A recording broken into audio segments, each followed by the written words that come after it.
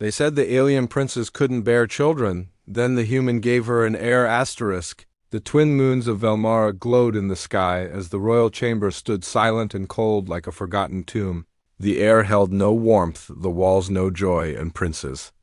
Soraya sat alone on the edge of a stone bench, her long silver hair falling over her face like a curtain hiding tears. She never allowed to fall. She was a royal daughter, the only child of King Zuar, ruler of the 10 stars and flamekeeper of the throne, and yet she was not seen as a treasure by her people. She was not seen as a blessing. She was called cursed not because of her voice or her mind or her heart, but because her body could not create life. The royal healers had tried for years, poking and cutting and feeding her rare herbs from every moon known to the crown, but nothing worked, and so the whispers grew louder. The nobles called her the hollow flower. The priest said her womb was dry soil, and her own father stopped calling her daughter and instead referred to her as the shame of Velmarathan. Came the war. The humans arrived in ships made of steel and light, and the battles turned rivers red and skies black with smoke. The royal armies could not hold forever, and soon the king was forced to make peace with the strange earthborn enemies he once vowed to crush,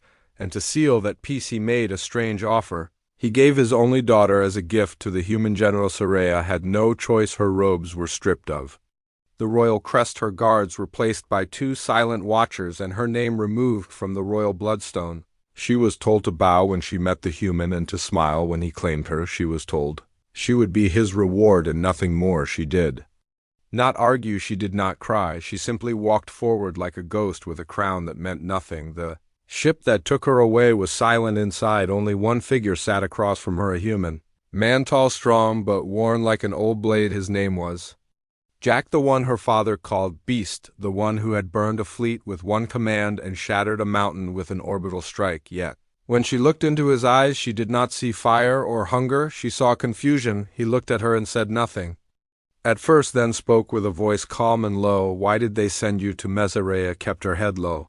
I am a gift, she whispered, a gift that cannot give what you truly want. Jack frowned, then looked out the small window, his fingers tapping on his leg like drums and slow. Thought they gave you to me to end the war, not to start a home, he said. She said nothing. The ship landed on a small outpost moon away from royal stars and battle scars.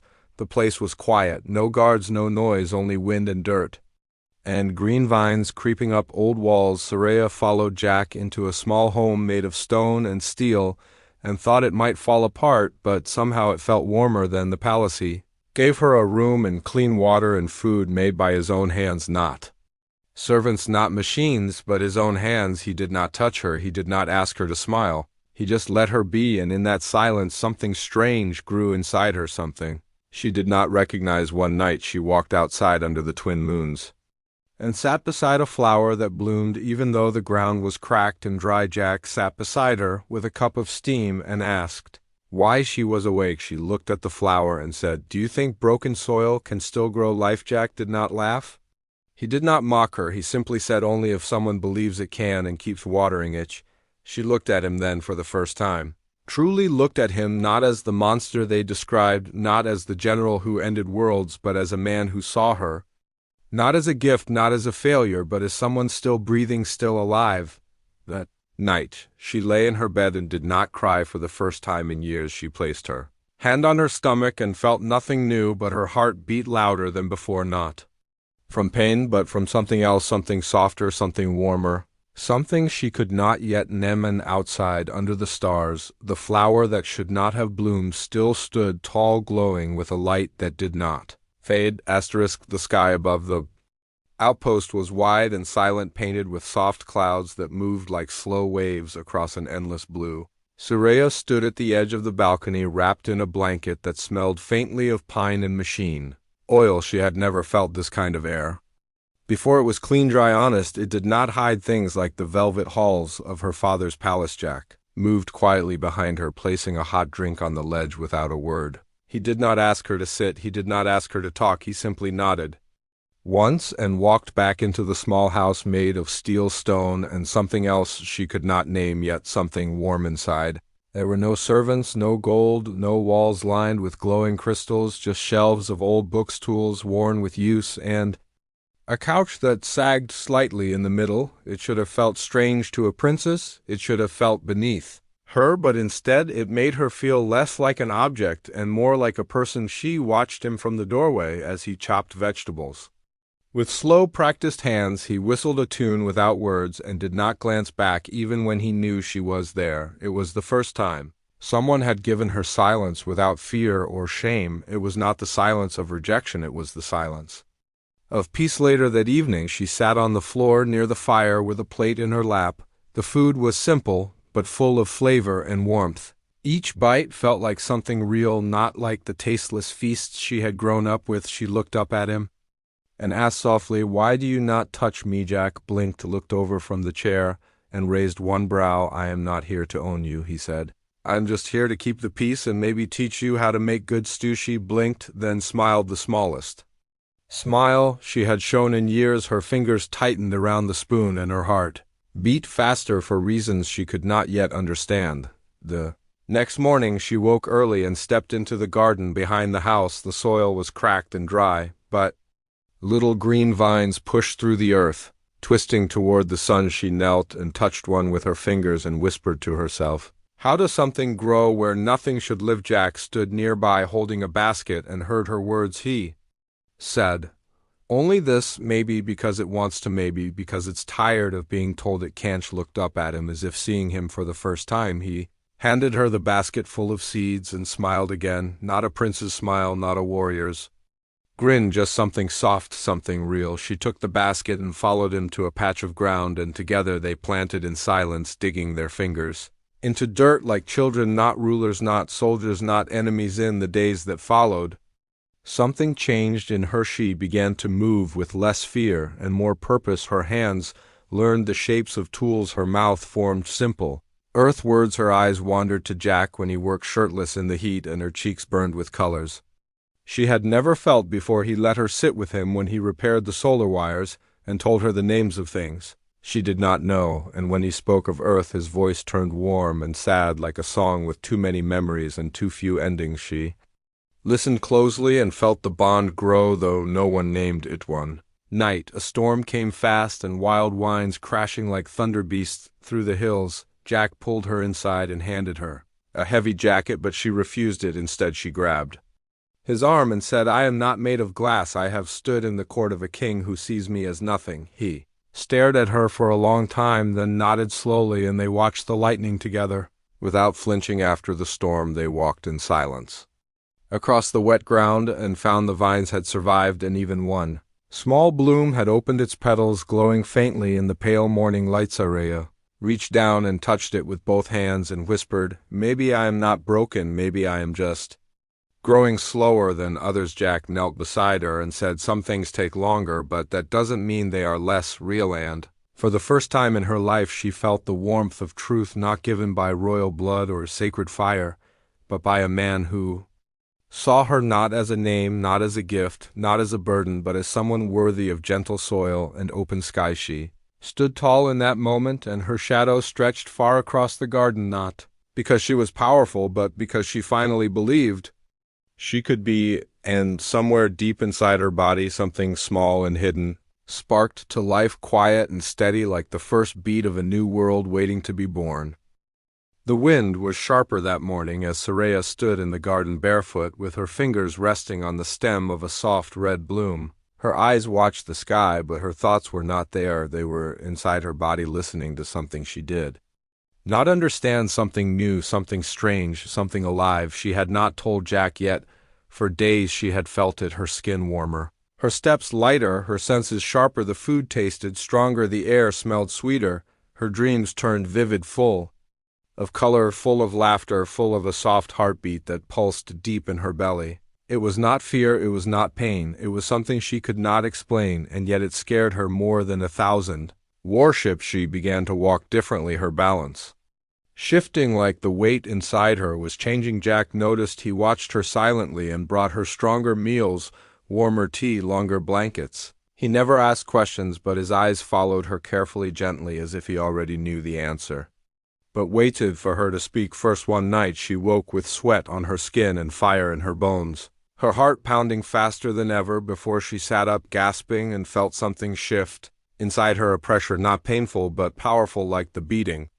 Wings of something not yet born. She tried to stand but her legs gave out and she collapsed onto the floor with a quiet cry. Jack was there in moments, lifting her into his arms, his voice soft and worried as he asked what was wrong. She tried to answer, but the words failed her. Only one thing escaped her lips: please help me. He carried her into the medbay, a small, dusty room filled with old human machines and blinking lights. A scanner flickered to life and words softly over her body. Jack stood still, watching the monitor while Soraya trembled on the table, afraid to see the truth, afraid to break again, afraid to hope. The machine beeped once, then again, then fell silent before casting a soft green light. Across the screen words appeared in a human tongue. Soraya could not read, but Jack could, and when his eyes found the result, his knees nearly gave out. He looked at her with wide eyes full of something she had never seen before, not pity, not sorrow, not confusion, but something close to awe, something like wonder. And then he whispered one word that shattered her world. Pregnant. Siri stared at him, unable to speak. She shook her head slowly at first, then faster. It is not possible, she said, her voice cracking like old glass. The doctor said I am empty, broken, cursed. Jack shook his head. No, you are not, he said. Not any more. Tears welled in her eyes, and for once she let them fall freely. She did not hide her face, she did not pull away. She reached for his hand and held it tightly. As the truth burned through her like lightning, she was carrying life, something impossible, something unexplainable, something both alien and human-made. Not from royal blood or perfect genes, but from a moment of peace, from nights of quiet and mornings of simple kindness, from two souls who were never meant to meet. She thought of the flower in the garden, the one blooming in dry soil, and now she understood. It was not the ground that was cursed, it was the lack of belief, the lack of care, the lack of warmth. She had been a seed waiting for light, and Jack had become her son in the days that followed. Soraya changed again. She moved slower and smiled more. She spoke to the child inside her, even though no one could hear it. She began carving small shapes from softwood animals, stars, moons, and kept them in a box beside her bed. Jack watched her with careful eyes, always nearby, never far. His hands, rough from labor, but always gentle when they touched hers. He fixed the roof, made better food, cleaned every corner of their small home, as if preparing a castle, not an outpost. But peace cannot last forever, not on Velmara. Not when bloodlines matter more than hearts, not when thrones are guarded by fear. Somewhere, far beyond their stars, a whisper reached the ears of King Zuar, a whisper that chilled him more than any blade. The broken daughter carries a child, and the father is not of royal blood. The king's silence did not last long. He slammed his fist against the stone table and screamed for his generals, his face twisted with fury, his voice like thunder. Prepare the hunters, he said. Bring her back and destroy the proof. Back on the quiet moon, Soraya sat by the window, humming a tune from her childhood. The wind carried a strange scent, a whisper in the air, and she knew without hearing it. She knew the storm was coming, but this time she would not run. She placed her hand on her belly and whispered, I will protect you, little one, even if the stars fall, even if the sky burns. I am not a curse anymore. I am your mother, and that means everything. And the fire inside her grew stronger than ever before. In the great crystal hall of Velmara, the king sat on his high throne, wrapped in golden robes, his face carved in stone, his eyes full of storm. His fingers tapped the edge of the bloodstone armrest as whispers flew like shadows around him. Voices of fear, voices of shame, voices that dared to say what no one believed possible. Cursed daughter was with child. At first King Zuar had laughed, a cruel sound that echoed through the high towers and cracked the silence, but when he saw the sealed report from the outpost, his laughter died like a dying ember, and his fury rose like a volcano, long buried. He tore the scroll apart with shaking hands and roared loud enough to shake the pillars. His court fell silent, even the guards held their breath. No one had ever seen the king like this, not even in war, not even when his wife died in childbirth, not even when he sent Soraya away as a gift to a lesser species. The words repeated in his mind like a curse. She is carrying life. She is carrying a human's heir, she who was supposed to be empty. She who brought him shame, she who now threatens the purity of his royal line. This cannot be allowed. He stood and slammed his staff of flame against the floor, calling forth the Huntmaster's old warriors with masks of bone and eyes. Like ice they knelt before him and waited. Without words the king did not give a long speech, he only said, "This bring her back or bring her ashes." The Huntmasters bowed and vanished like smoke far away on the quiet moon. The skies began to darken, not with storm clouds but with distant ships, cloaked and silent, slipping past sensors like hungry wolves through tall grass. Soraya did not know it yet, but her father had sent death with her name carved on every blade inside. The outpost Jack was repairing the old drone net when a strange signal flashed across his screen, a code from Velmara, old royal encryption.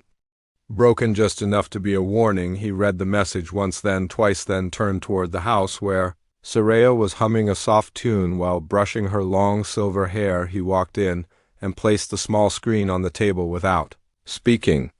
She read it slowly and her fingers trembled. The message was simple and cold: retrieval order. Confirmed target is not to be returned. Whole child is to be eliminated. Her breath caught in her throat and she looked at Jack with wide eyes. "They are coming," she said, and he nodded. "They know, and they are not coming to talk." Soraya placed her hand on her belly gently, then pressed her lips together, not in fear but in decision. She looked out the window and said, "Then we must not be here when they arrive, Jack. Move fast, packing supplies, weapons, maps." He handed her a small pulse pistol and began loading a hidden crawler transport. She followed his movements, learning every tool, every route, every hiding place, as if her body already knew the path they left. The outpost before nightfall, leaving behind the garden and the flower that had bloomed too early, but not before Soraya reached down and kissed one leaf, whispering, "Thank you for showing me I could live again." The crawler rolled over hills and through narrow rock paths, leading them into the ancient forest of Ceres, where light could not reach and old things still breathed. The trees bent low and strange calls echoed from the shadows, but Jack showed no fear and Soraya walked beside him without. Palsy brought her to a bunker hidden beneath the roots of a tree older than any crown, its doors sealed with old earth codes, its walls thick and silent. Once it had held weapons, now it would hold a mother and a child inside. Jack activated lights and checked defenses while Soraya explored the room's bare but strong. She found an old mirror and stared at her reflection, her cheeks fuller, her eyes brighter, her hands steady. She touched her stomach and smiled, not out of pride but out of love. She turned to Jack and said, "I am ready to fight if I must." He looked at her, not as a soldier, not as a leader, but as something more, something he had never seen in war or command. He nodded and said, "Then we will fight as one." As the night deepened, the first signal came, a sensor blip, a whisper across the screen, and then another and another. 5 enemy trackers moving fast, cloaked and armed. Jack loaded his rifle and handed Soraya another weapon, this one smaller, but sharp. She took it with both hands, no longer shaking, no longer unsure. The child inside her kicked for the first time, and her eyes filled with tears, not of fear, but of fire. She looked toward the door and whispered, "I will protect you, even if the stars fall, even if I must face my father's hate alone." And the forest waited silent as the hunters closed in on the life they were sent to erase and the woman who would not let them succeed.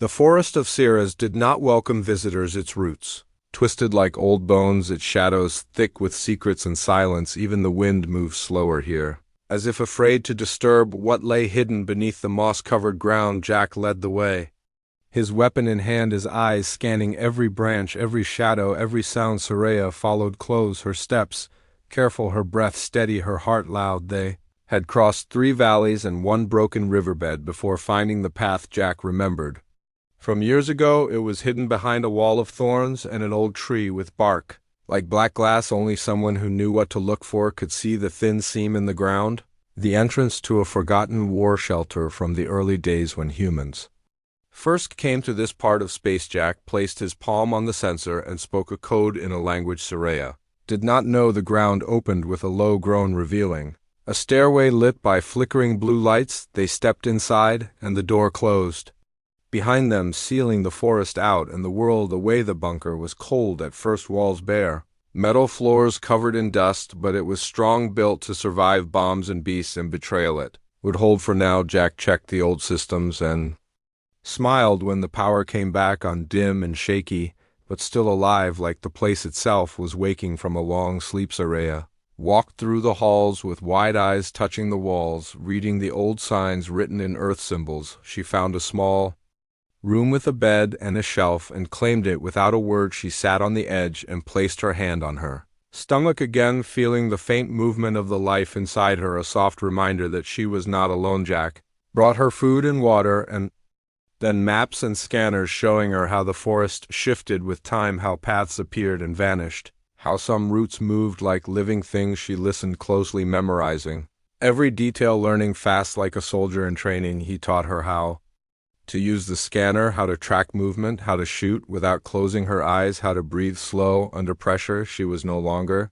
the silent gift from a broken palace. She was becoming something new, something fierce, something ready at night. They sat together near a small heater, sharing stories not of glory or conquest, but of rain and stars and moments too small for royal courts or war rooms. Soraya laughed once at something Jack said, and he looked at her as if the sound was the rarest thing he had ever heard. She told him of the first time she touched fire, and how it did not burn but danced in her hand. He told her of earth and snow, and the time he got lost in the mountains and only found his way by following the sound of wolves, not hunting him but singing in the cold days past, and the bond between them grew, not forced, not spoken, but real, shaped by trust and survival, by quiet glances and shared meals, by the way Jack always placed himself between her and any door, and the way Soraya always knew where his shadow fell. But outside, the bunker danger moved. The huntmasters were near. Their sensors picked up heat trails and faint power signals deep under the roots. They moved without sound, their cloaks blending into the forest like ghosts, their orders clear. The child must not be born, the heir must not live inside the bunker. Jack picked up the signal, faint at first, then sharper. He marked the location on the map and cursed under his breath. They are close, he said. Maybe a day, maybe less. Soraya stood without fear. She had already packed supplies, weapons, rations. She had already mapped escape routes. She looked him in the eye and said, "We do not run, not this time." Jack nodded and showed her the defense grid. Old auto turrets and motion traps buried in the earth. They worked together, fixing them, rewiring them, setting triggers like hunters preparing for a siege. Each wire a promise, each bullet a warning. The forest watched quietly as they prepared. When night fell, the bunker lights dimmed and silence wrapped around them. Jack stood guard while Soraya rested, but sleep did not come easily. She felt pressure low and deep in her belly, the signs of something coming early, too early. She did not cry out. She did not panic. She stood slowly and made her way to Jack, her hand gripping the wall, her voice soft at his time. She said, "Too soon, too fast." His eyes widened, but he caught her before she fell. He carried her to the old medical room and placed her gently on the table. "The child is not waiting," he whispered, and Soraya nodded, her face pale, her lips pressed tight.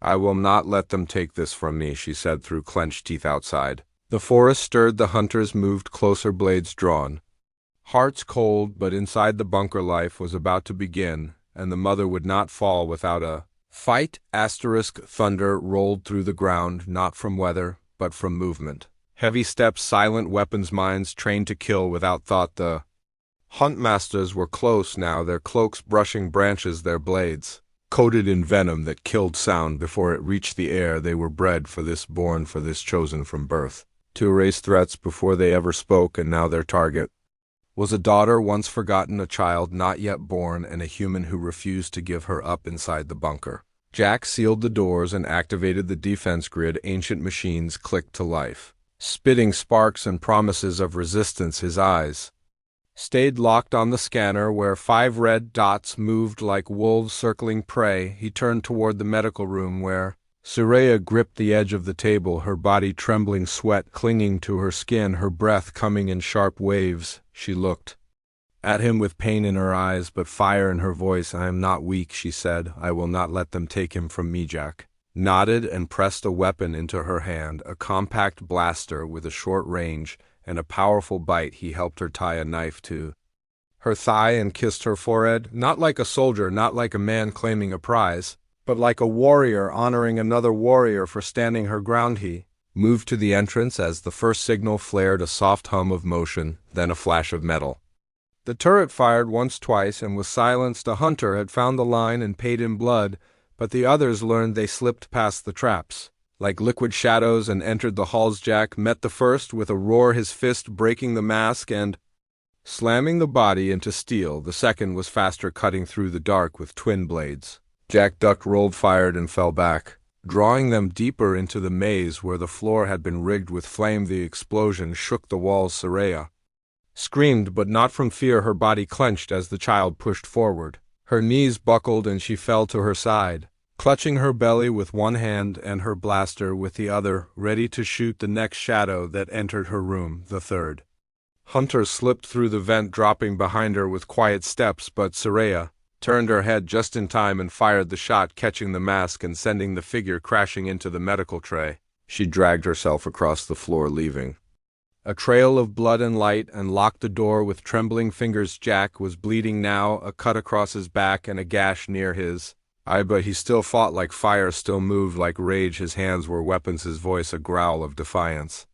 The fourth hunter came from the ceiling, dropping with poison claws, but Jack turned and caught the strike with bare hands, snapping the arm and driving a blade into the chest. Only one remained, the leader with silver eyes and a blade shaped like a scream. He moved with no sound, no fear, no hesitation. Jack was tired, slower, weaker, but he stood tall between the final hunter and the woman he had chosen to protect. The blade came fast, a blur of death, but Jack did not flinch. He caught it with both hands, took the wound, and drove his head forward. Cracking bone and steel, they crashed together into the wall, and then Jack roared one final time and drove his elbow into the hunter's neck until the body stopped moving. He staggered into the medical room, his face pale, his hands shaking, and found Saraya on the floor, her body still, her eyes closed. He fell to his knees beside her, calling her name over and over until her hand moved and he saw the child in her arms, small, breathing, alive. Boy. Saraya opened her eyes and smiled with lips cracked from pain and said, "He looks like you." Jack laughed even as tears fell down his face, not from pain, not from fear, but from something deeper, something full of light. He wrapped his arms around them both and whispered, "You did it. You made life when they wanted death." Outside the bunker, the forest burned slowly, the trees mourning the violence, the stars blinking through the smoke as if unsure what had happened here, but inside life had won. And the child slept quietly, unaware that his birth had broken a kingdom and rewritten fate. Saraya leaned her head against Jack's shoulder and whispered, "I was called a curse all my life, but this child is a promise." And Jack whispered back then, "Let the stars make room for him, because he belongs here, and no one will ever take him again, not even the king, not even fate, not even death itself." The air inside the bunker was thick with heat and smoke, the walls cracked in places, the floor stained from the battle that had shaken more than stone, it had shaken fate itself. Jack held his son close against his chest, the baby's skin soft, his breath small but steady, and in that tiny sound Jack heard the end of one war and the beginning of something far greater. Saraya rested beside him, her face pale, her body still weak, but her eyes glowed with a strange light, not from her royal blood, not from ancient flame, but from something older than any throne, from the simple truth that she had done what no one believed possible. She had given birth to a new future. Outside the bunker, the forest of cirrus whispered its strange songs, wind curling through twisted trees like ancient spirits watching a new story unfold. The huntmasters lay buried beneath roots and ruin, the last of their kind who dared raise blades against what was meant to live. But far above, across stars and space, the news had already spread, not by message, not by soldier, but by whisper, by fear, by awe. The princess, once thought cursed, had delivered an heir, and not just any heir, but one born of human flesh and royal flame, and every system that heard the rumor trembled on Velmara. King Zuar stood before a dark mirror, silent and alone, the flames in his hall low and flickering, his hands gripping the edge of his war table tighter with every breath. He had sent his best hunters, he had ordered blood and silence, but what returned was a broken signal and the voice of his daughter, not begging, not weeping, but calm. She had recorded it before the attack, before the child had come. She looked into the camera with steady eyes and said, "I am not yours anymore. I was never yours to give away. I carry a child born not from shame but from love, and he will not bear your name, he will bear mine." The thing did not move as the message ended. He simply lowered his head and spoke one word, "traitor," but the word echoed strangely in the hall like it did not believe itself back on the quiet moon days passed in slow peace. Jack built new walls, cleared the ruins, reinforced the entrance, while Saraya healed, feeding the child, holding him against her skin, singing to him in her native tongue-soft lullabies that once held sorrow, now filled with warmth. They named him Kale, a name from both worlds. It meant flame in her tongue and courage in his, and when he opened his eyes for the first time they saw stars inside them like the galaxy had already written something behind his gaze. Visitors began to come, not soldiers, not kings, but wanderers and voices from nearby systems. Drawn by the stories they had heard, they brought gifts not for power, not for favor, but because they believed something rare had happened, something the stars had not seen in many lifetimes. A union not forced, not strategic, but born from choice. Some bowed to Soraya, calling her the flame of their others called Jack the shield burn, the man who stood between death and new life, but neither of them sought crowns or thrones. They sought quiet days and strong walls and nights where their sons slept safely between them. And still, the stars watched, and time messages came from leaders, curious, fearful, desperate. Some wanted Kale for study, others wanted him erased. Some offered riches and alliances, others sent threats, but all were ignored, for Jack and Soraya had chosen a different path, not of conquest, but of protection, not of politics, but of peace. One night under the twin moons, Soraya stood holding Kale in her arms, Jack beside her, as they looked at the sky, and she said, "When I was young, I dreamed of having wings to fly away from the palace. Now I have no wings, but I am free." Jack smiled and said, "You do not need wings when you have a place no one can take." She leaned her head on his shoulder and held Kale close, whispering to him the story of how he came to be, not from war, not from power, but from kindness and the choice of two broken people who refused to stay broken. And Kale smiled in his sleep, as if he already knew the stars would remember this story long after kings faded, long after ships turned to dust, long after empires forgot their names, because it was not a tale of fire and steel. It was a tale of soil and seed, and the miracle that grew where no one thought it could. And deep in the heart of a quiet forest, the last safe place still stood, holding within it not just a family, but the proof that hope could be born from ruin, that love could rewrite laws, and that sometimes the most powerful force in the galaxy was not a weapon, not a throne, not a name, but a child's cry in the arms of a mother who once believed she could never hold one at all.